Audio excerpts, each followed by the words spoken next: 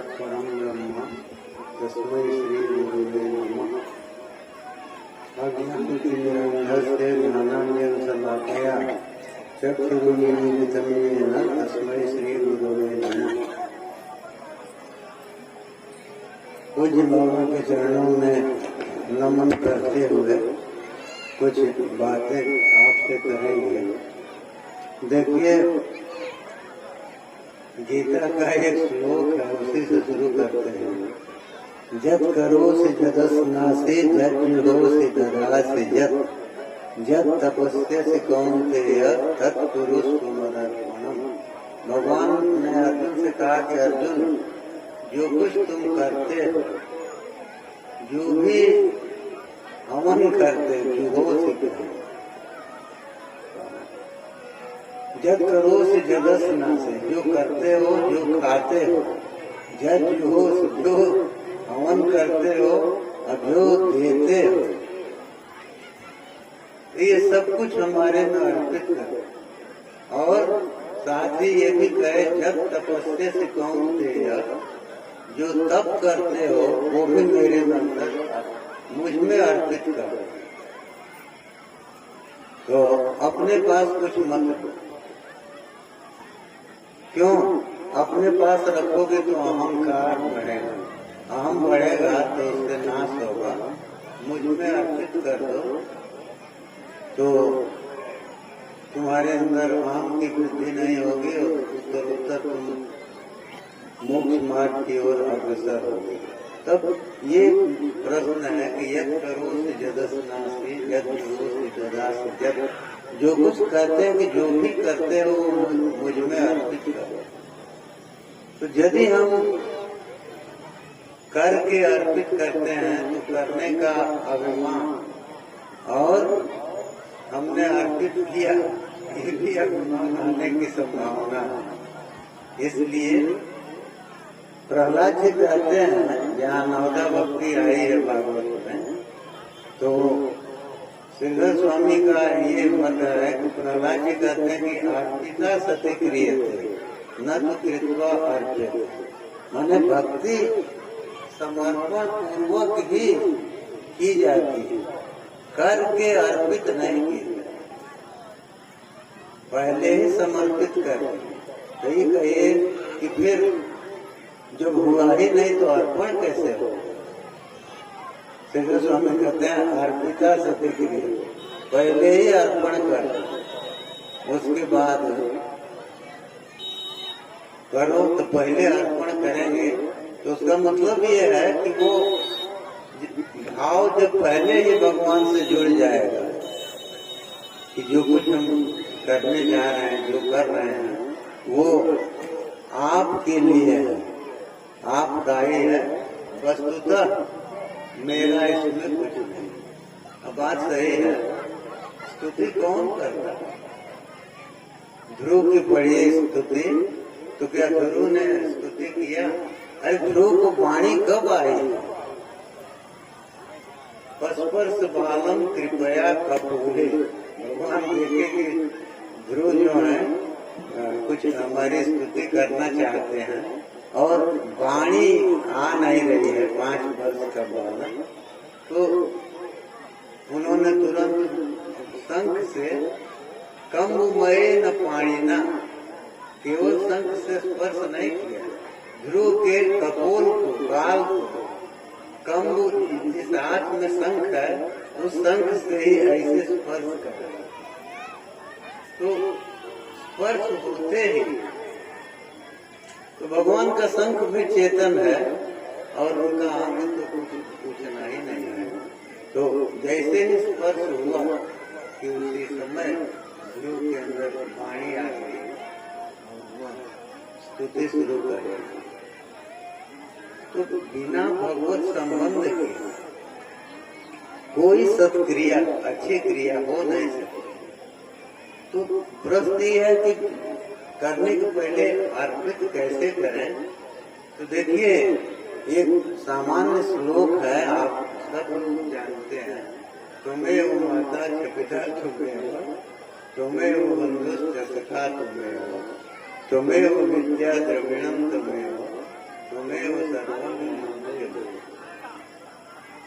तो हमारे आपके जीवन में सबसे पहले माता आती है, माता के बाद पिता आते हैं। इसीलिए माता का स्थान जो है वो सबके ऊपर है, पिता के भी ऊपर है। तो त्वमेव माता, भगवान को ये कहा कि आप ही माता हो। माता शब्द का दो अर्थ है। किस रूप में आप हर जगह भगवान का चिंतन कर रहे हैं उसको हम बताने जा रहे हैं, या उसको सोचने का ढंग प्रस्तुत करना चाहते हैं। माता शब्द का दो अर्थ है। एक तो माता, ये जो माँ है उसके लिए, और एक माता कहते हैं जो कोई चीज मापता, जैसे पहले लोग अन्न जो है बर्तन से मापते थे, इतना हो गया तो द्रोणी नाटक ये सब परिमाण होते थे, द्रोण नाटक। तो एक वो भी उसका भी माता ही नाम है। तो हमारे जीवन में माँ जो है हमको परिच्छिन्न तो उसने किया दोनों तरफ से। माँ के गर्भ में हम आए तो पहले आयुर्वेद में लिखा है ना, सर्वलम रात्रेण, तो पहले वो रक्त बीज जो है वो एकदम पतला सा रहता है, गाढ़ा होता है, फिर धीरे धीरे अंग बनते हैं। तो माँ ने हमको अंग दिया और वो परिच्छिन्न अंग दिया, छोटा अंग, तो वो अंग दिया और बाहर आके फिर अपने वहां भी पुष्ट किया अपने ही। और बेटा जब बाहर आ जाता है तो वहां वो अपने स्तनपान से और तरह की सेवाओं से वो पुष्ट करता है। तो इस तरह से वो माँ पहले भगवान को कहते हैं कि आप ही माँ। तो हर स्त्री वो माँ है। इसीलिए महात्मा लोग केवल एक शब्द बोलते हैं, वो माँ ही कहते हैं। स्वामी जी के आश्रम में हम जाते थे, स्वामी विशुद्धानंद जी के, मलदैया पर है बनारस में। तो वहाँ ये है कि वो कुमारी माँ कहेंगे, कुमारी कन्याओं का पूजन होता है। तो खाली कुमारी पूजन नहीं, कुमारी माँ का।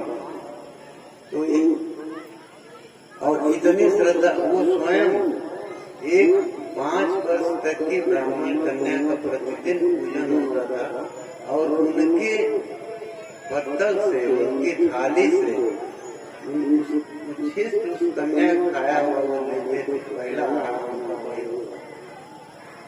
तो वो हर स्त्री, हर कन्या माँ है। तो माँ है तो उससे माँ को भगवान बता दिया कि आप ही माँ हो। तो माँ हो तो पूरी स्त्री जाति के रूप में माँ बन के वो माँ बने। तो होगा क्या, माँ जैसा श्रद्धास्पद लड़के के लिए, हर व्यक्ति लड़का तो है, किसी न किसी माँ का बेटा है, और लड़की जो है वो माँ की पुत्री है। तो माँ शब्द के आते ही एक इस तरह की श्रद्धा आ जाती है जो शायद भगवान को छोड़ के अन्यत्र जल्दी नहीं है। तो माँ शब्द में इतना वो है। तो माँ का सानिध्य जो है वो बच्चे को एकदम श्रद्धामय तो बना ही देता है, जैसा चाहती है वैसा बना देती है। तो भगवान को माँ के रूप में हर जगह जब देखेंगे तो हमारे आपके मन में विकार जल्दी नहीं है।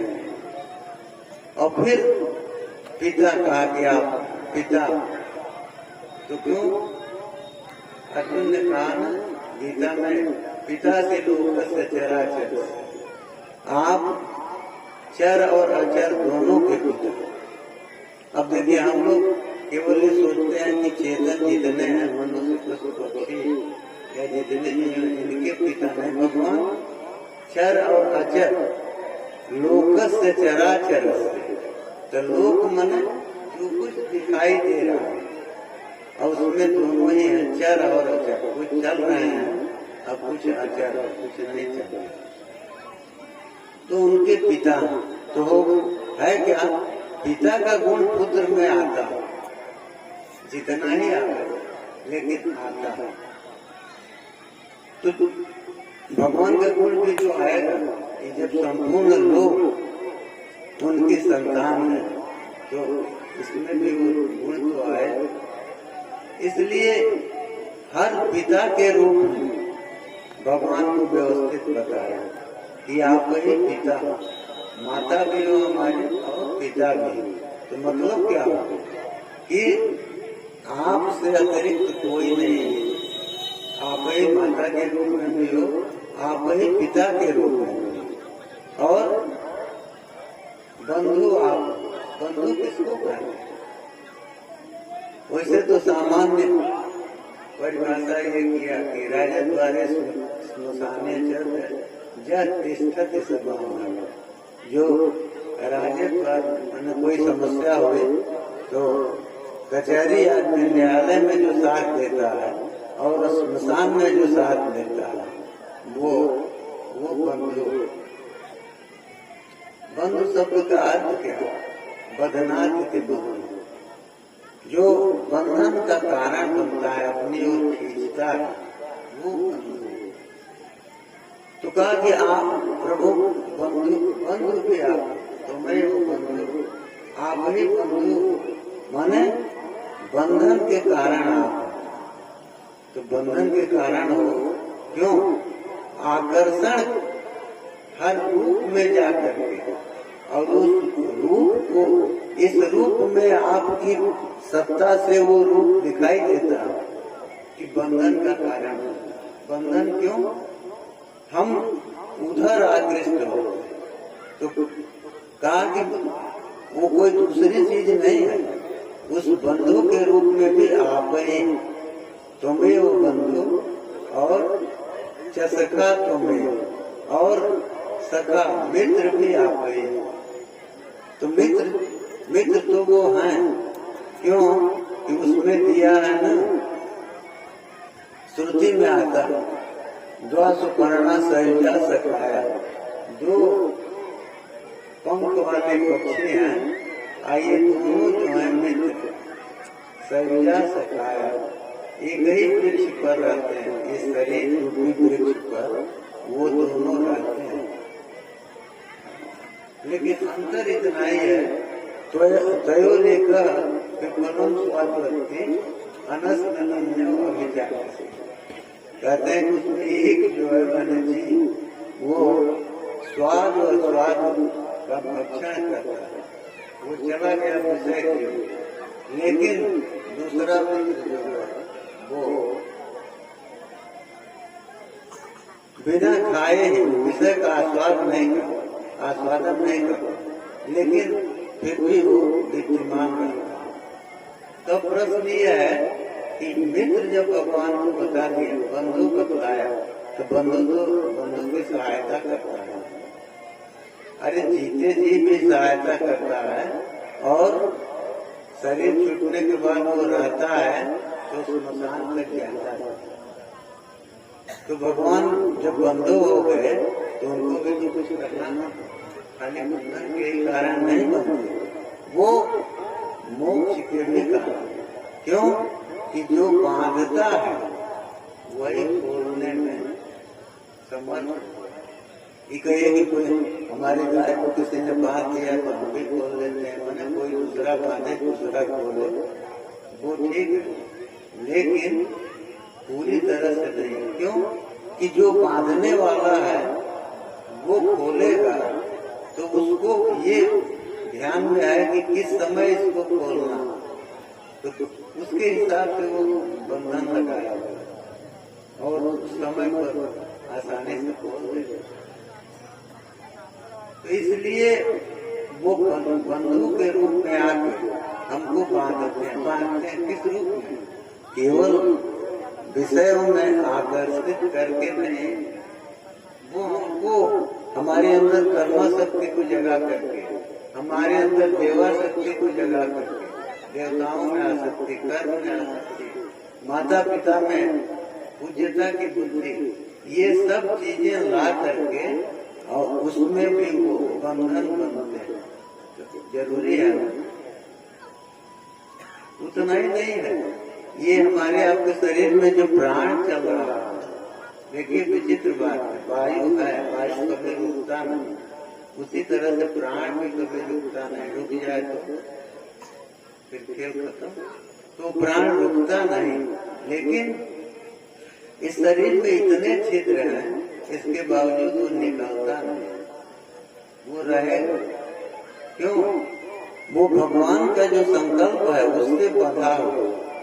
तो जितने दिन तक, माने दिन क्या, जितने क्षण कहिए, जितनी श्वास कहिए कि इतनी श्वास चलनी है, तो श्वास को चलना, क्योंकि वो भगवत इच्छा है, भगवान की इच्छा है।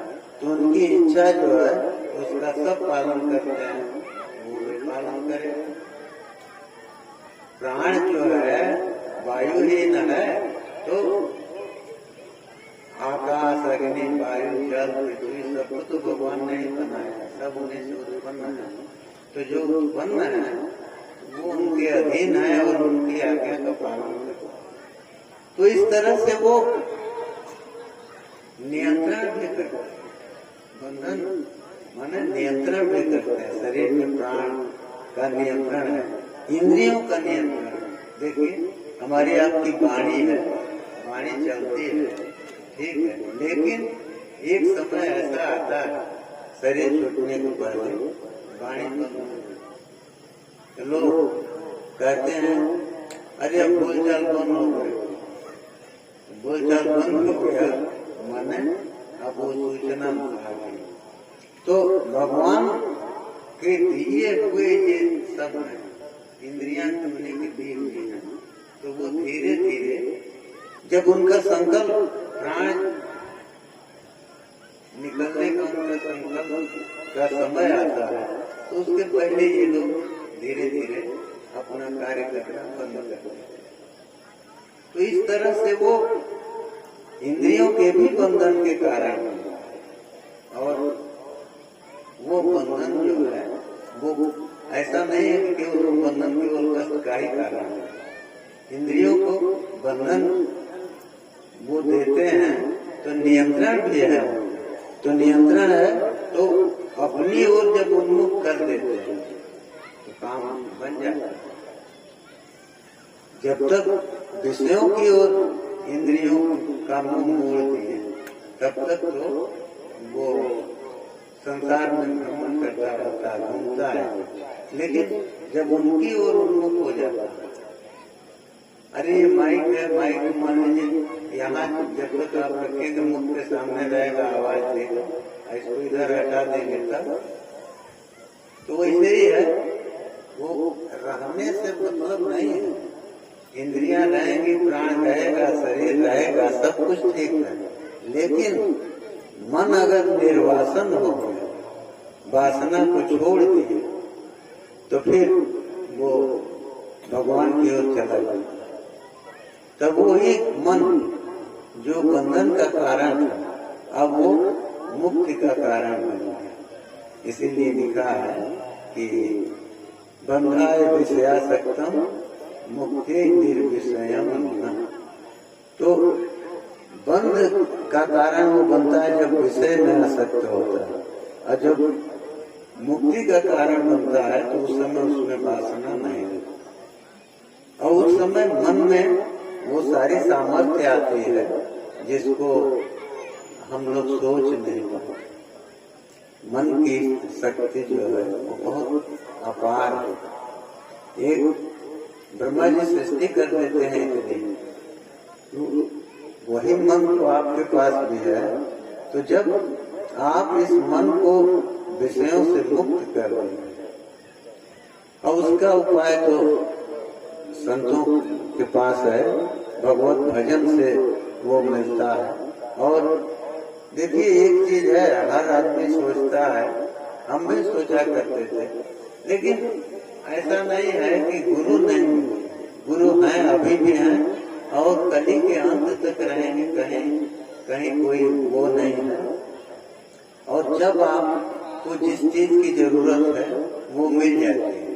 योग सूत्र में एक वचन है कि योगाभ्यास जब योगी करता है तो उनको योग एवं उपाध्याय, वो करते करते आगे हमको क्या करना है, किस चीज को छोड़ना है, ये सारी चीजें उनको अपने आप मिलती जाती हैं। और वो जैसे वो है, आप टार्च जलाते हैं अंधेरे को हटाने के लिए, तो टार्च आप जलाते हैं रास्ता देखने के लिए, लेकिन रास्ता दिखाने के साथ साथ वो अंधेरे को हटाएगा, बिना अंधेरे को हटाए रास्ता नहीं दिखा पाए। उसी तरह से योग मार्ग में आप चल रहे हैं तो वो धीरे धीरे धीरे धीरे क्या आगे करना है वो मालूम होता जाएगा। इसलिए भगवान बंधु हैं, वो लौकिक बंधु सोचिए तो वो भी हैं, तो उनको तो बंधुओं में सबसे पहले माता पिता आए, इसीलिए वो पहले बता दिया कि माता आप ही हो, पिता आप ही हो। तो वो कहीं भी देखेगा तो हर स्त्री शरीर में मातृत्व का दर्शन करेगा कि माँ है, इसीलिए महात्मा लोग माँ माँ यही कहते रहते हैं। तो और हर पुरुष शरीर में पिता, पिता का दो अर्थ है। पिता माने जनक तो है ही है, पिता माने रक्षक होगा। पिता शब्द का व्युत्पत्ति लंबे अर्थ ये है, बात रक्षति पिता, जो रक्षा करता है वो पिता।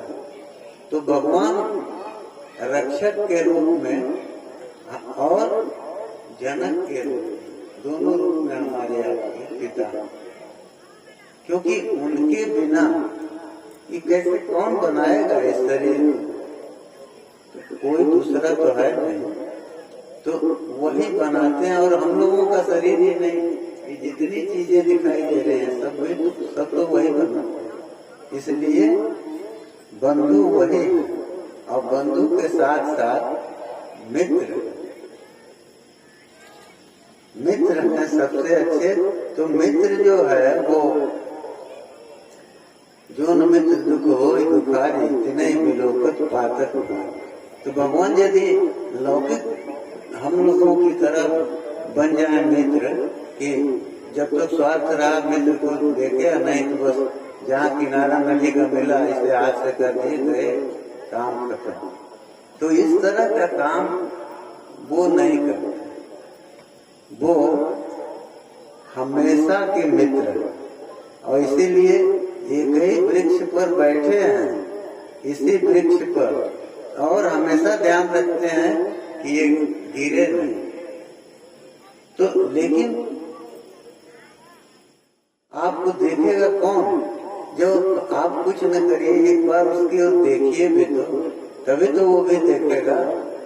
तो इसलिए भगवान की ओर देखने पर वो भी देखते हैं और हमको गिरने से माने हर संकट से बचाते हैं। गिरना क्या है, गिरना कहीं आसमान से जमीन पर नहीं गिरना।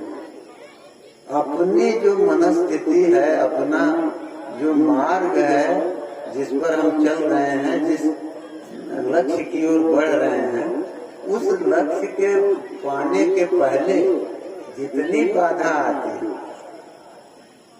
वो सब हमारा गिरना है, उसमें हमारी यात्रा रुकती है। कुछ नहीं रुकी तो वो धीमी गति हो जाती है। तो धीमी गति हो गई तभी तो विलम्ब हुआ।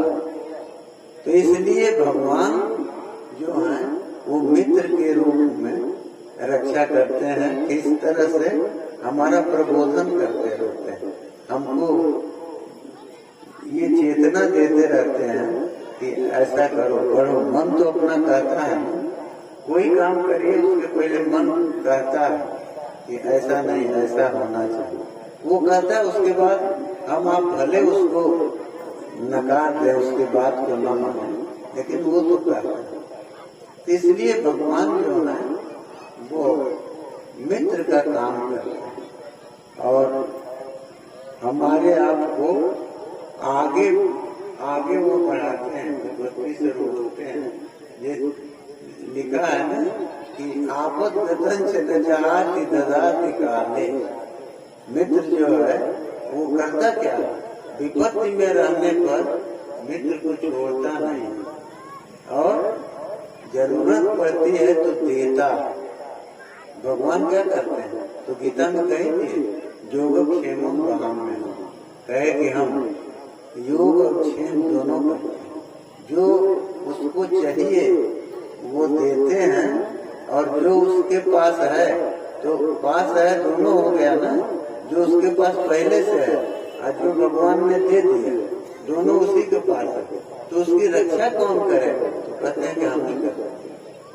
योग और क्षेम दोनों वो करते हैं, नहीं तो खाली दे दिए और उसके बाद कोई छीन लिया, ऐसा नहीं, वो उसकी रक्षा करते हैं।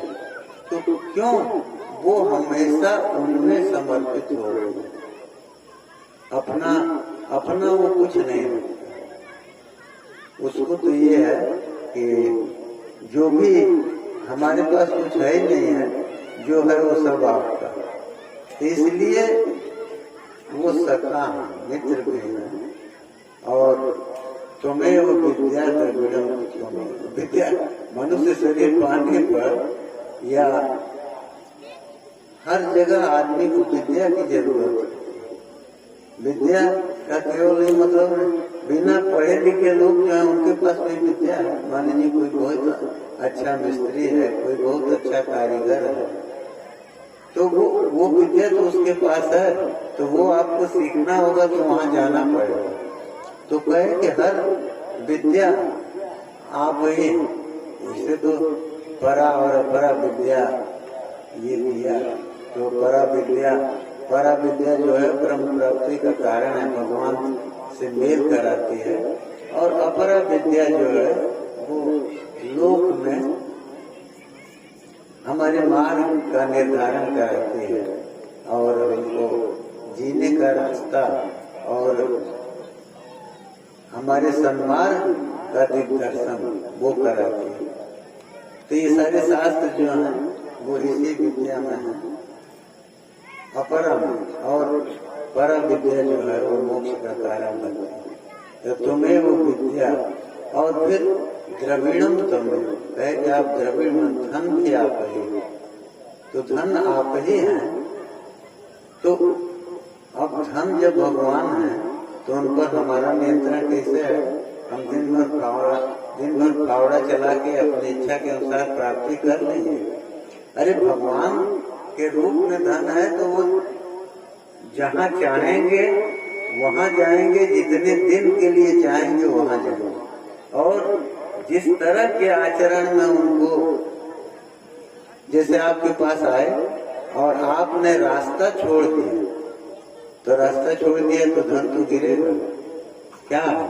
अब आप मान लीजिए रास्ते में गिरे पड़े हैं, शुद्ध नहीं है आपको, तो जो आपके पास है कोई दूसरा ले लेता। तो उसी तरह से जब आप मार्ग छोड़ दिए तो भगवान द्रविड़ के रूप में आपसे अलग हो जाए। तो इसलिए ये कहा कि आप विद्या भी हैं, क्योंकि विद्या हर व्यक्ति के मन में अहम की संतुष्टि के लिए उसकी जरूरत है। कुछ नहीं होगा, वो आपको मान लीजिए बहुत कुछ दे नहीं सके, तो लोग कहते हैं ना, अरे ठीक है तुम जो कर लो, ये हमारे जैसे बनने में तुमको 10 जन्म लेना पड़ेगा। तो ये अहम बोलता है। क्यों? उस तरह का उसने अपने को ढाल लिया, उस तरह की विद्या प्राप्त किया जिसके पाने के लिए आपको जाना पड़ेगा। उपनिषदों में कथा आती है, वो एक राजा थे, उनके यहाँ तमाम ऋषि कुमार और सब लोग वो जाते थे पढ़ने के लिए, गए लोग, और उन्होंने जाते ही कुछ दे नहीं दिया हम लोगों की तरह से कि कोई आ गया अच्छा अधिकारी तो उसके स्वागत में लगे। कहा ठीक है आप लोग बैठिए और ब्रह्मचर्य से रहिए, प्रतीक्षा करिए, हम आपको बताएंगे। तो बताएंगे तो बताए, लेकिन वो समय लगा योग्यता लानी पड़े। लौकिक योग्यता और ब्रह्म विद्या की प्राप्ति की योग्यता में अंतर है। तो वो लोग उतनी प्रतीक्षा किए तो विद्या मिली। तो विद्या जो है वो उस रूप भगवान के रूप में ही प्रतिष्ठित है जहाँ की है। इसीलिए जिसके अंदर जो विद्या है उसका वो गुरु है, और उस विद्या को जो प्राप्त करता है वो गुरु दक्षिणा देता है, अर्पित करता है। क्यों? कि गुरु दक्षिणा देके ही विद्या को सफल रूप में वो प्राप्त करता है, ऐसे नहीं। इसीलिए है कि विद्या आप ही हो और द्रविड़ धन वो भी आप ही हो।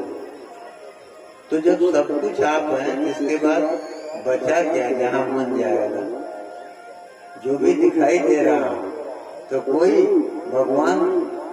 भगवान के सब संतान हैं, और हमारे कोई माँ है, कोई पिता है, कोई जो बंधु है वो भी भगवान ही।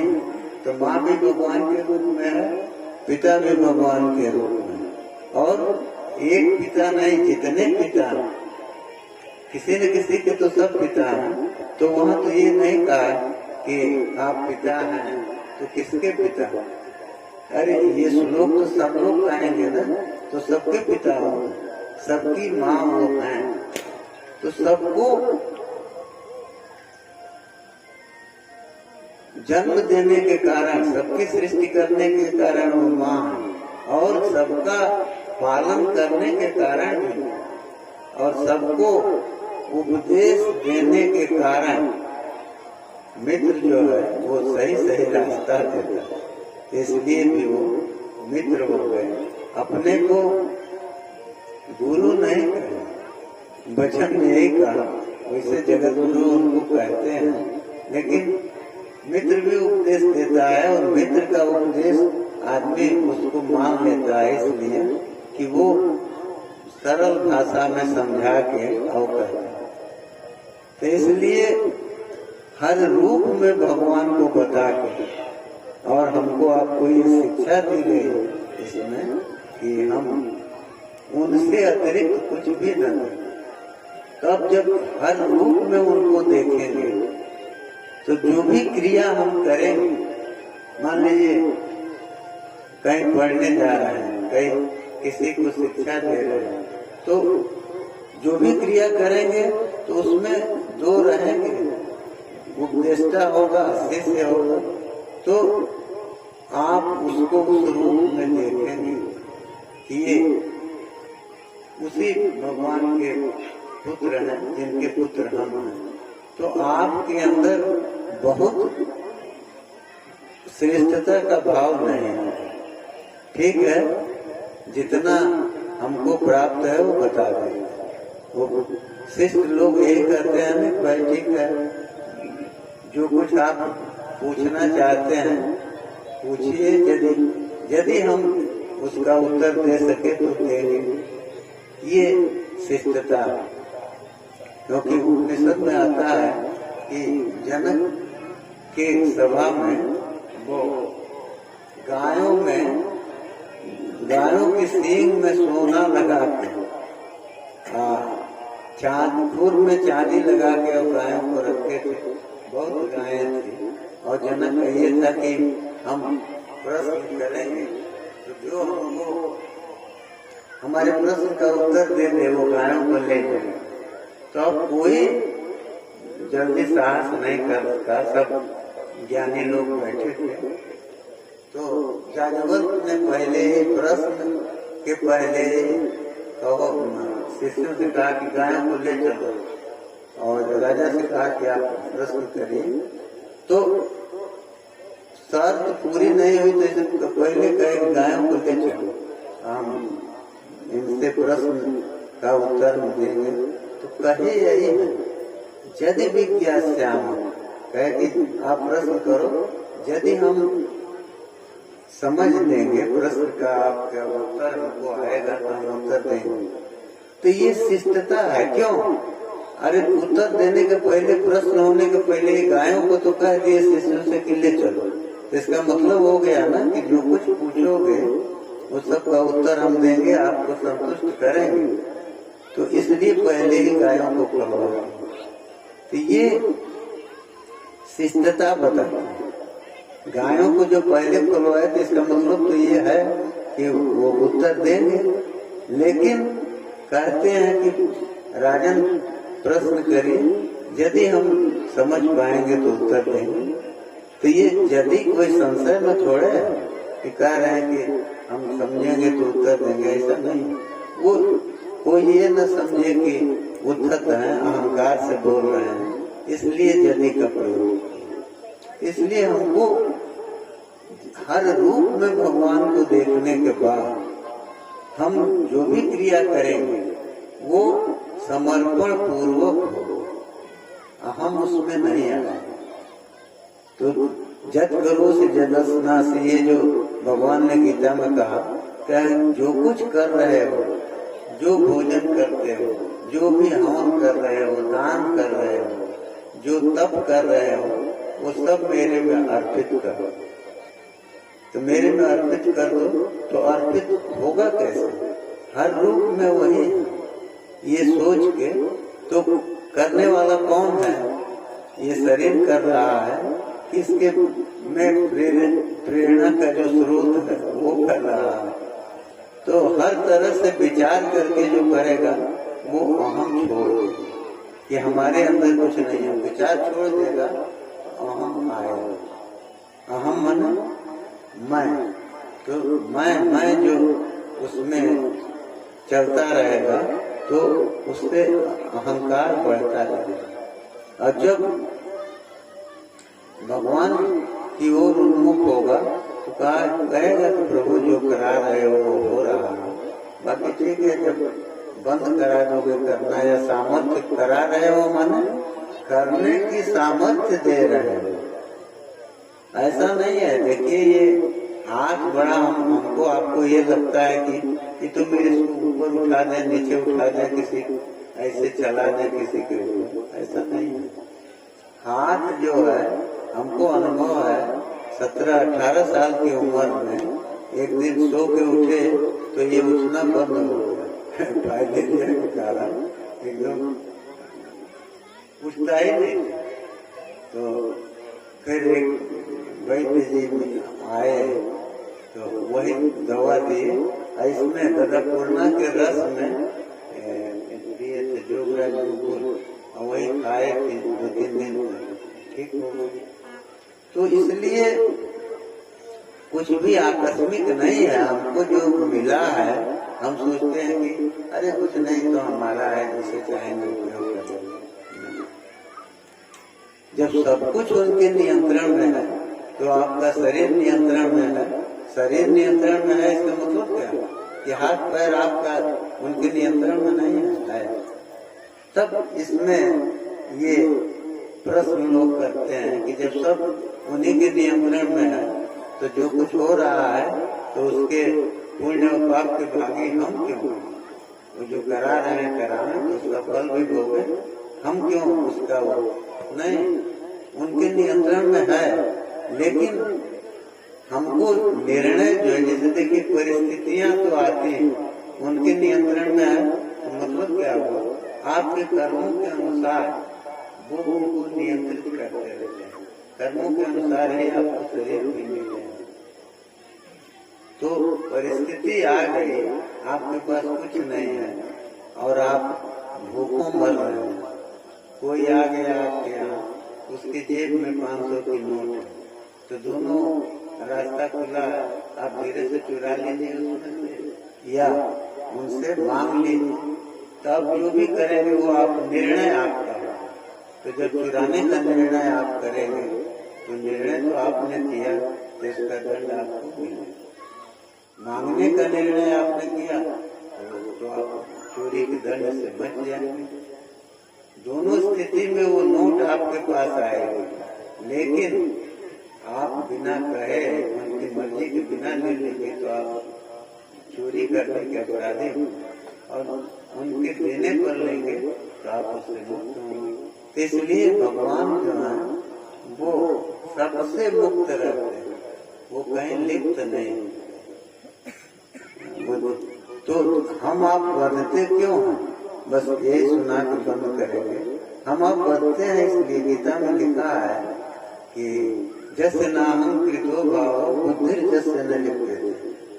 तो जिसका अहंकार अहंकृति नहीं है, अहंकार का भाव मिट गया, और जिसकी बुद्धि जो है वो लिप्त नहीं होती। लिप्त नहीं होती माने वो ये नहीं सोचता कि हमने ये किया तो इससे हमको नरक में जाना पड़ेगा। कर्तृत्व का भाव उसका मिट गया तो वो सोचता ही नहीं कि हमने किया, तो हमने जब कुछ किया ही नहीं है तो हम उसका फल कहाँ मिलेगा? ना हमने किया ना हमको फल मिलेगा। तो इसलिए लिप्यते न स पापे न पत्र मिलाओ। जैसे कमल में रहता हुआ कमल का फूल पत्ता जल से में नित्य रहता है हमेशा, लेकिन जल से उसका ऊपरी हिस्सा भीगता नहीं। वो नील रहेगा जल में ही, लेकिन भीगता नहीं। उसी तरह से वो पापों से लिप्त नहीं। बस अब यही विराम लेंगे। अब आगे